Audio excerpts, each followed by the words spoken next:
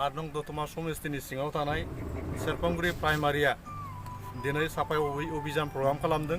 मोनफ्रोमबो प्राइमारिनि सिङाव थानाय स्कुल, कलेज, इउनिभार्सिटी, एलपि स्कुलनिफ्राय लानानै एमइ, हाई स्कुल आरो कलेज लेभेलाव बे साफाय अभियाना 1 तारिख अक्ट'बरनिफ्राय 1 तारिख 2 तारिख नभेम्बरसिम सोलिबाय थागोन।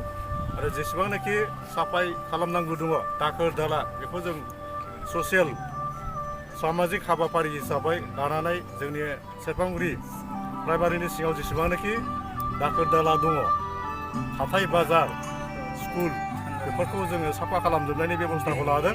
आरो बे बेबस्थाखौ इउपिपिएलनिफ्राय लानाय जादों। दतमा ब्लक कमिटि इउपिपिएलनि दैदेननायावहाय आरो सेरफांगुरि प्राइमारिनि इनिसिएटिभ बायदियै जोङो बे हाबाफारिखौ लानाय जादों, जाहाथे जोंनि मोनफ्रोमबो ओनसोलावहाय दाखोर दालाया थानो नाङा आरो जेंजाबुरा थानो नाङा। बे हाबाफारिखौ लानाय जादों आरो बे हाबाफारिनि गेजेरजों जोंनि ओनसोलावहाय गासिबो साफाय अभियाननि गेजेरजों गासिबो ओनसोलावहाय साफा जाहाथे जानो हायो बेखौ जों सिद्धांत लाबाय आरो दिनैनिफ्रायनो जों बे खामानि मावनायनि हाबाफारिखौ लानाय जाबाय। गोजोन्थों। 8 नं दतमा समिस्थिनि सिङाव थानाय सेरफांगुरि प्राइमारिया दिनै साफाय अभियान प्रग्राम खालामदों। मोनफ्रोमबो प्राइमारिनि सिङाव थानाय स्कुल, कलेज, इउनिभार्सिटी, एलपि स्कुलनिफ्राय लानानै एमइ, हाई स्कुल आरो कलेज लेभेलाव बे साफाय अभियाना 1 तारिख अक्ट'बरनिफ्राय 1 तारिख 2 तारिख नभेम्बरसिम सोलिबाय थागोन।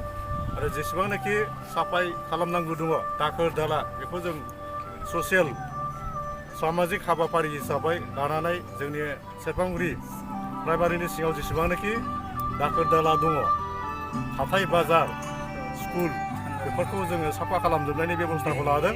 आरो बे बेबस्थाखौ इउपिपिएलनिफ्राय लानाय जादों। दतमा ब्लक कमिटि इउपिपिएलनि दैदेननायावहाय आरो सेरफांगुरि प्राइमारिनि इनिसिएटिभ बायदियै जोङो बे हाबाफारिखौ लानाय जादों, जाहाथे जोंनि मोनफ्रोमबो ओनसोलावहाय दाखोर दालाया थानो नाङा आरो जेंजाबुरा थानो नाङा। बे हाबाफारिखौ लानाय जादों आरो बे हाबाफारिनि गेजेरजों जोंनि ओनसोलावहाय गासिबो साफाय अभियाननि गेजेरजों गासिबो ओनसोलावहाय साफा जाहाथे जानो हायो बेखौ जों सिद्धांत लाबाय आरो दिनैनिफ्रायनो जों बे खामानि मावनायनि हाबाफारिखौ लानाय जाबाय। गोजोन्थों।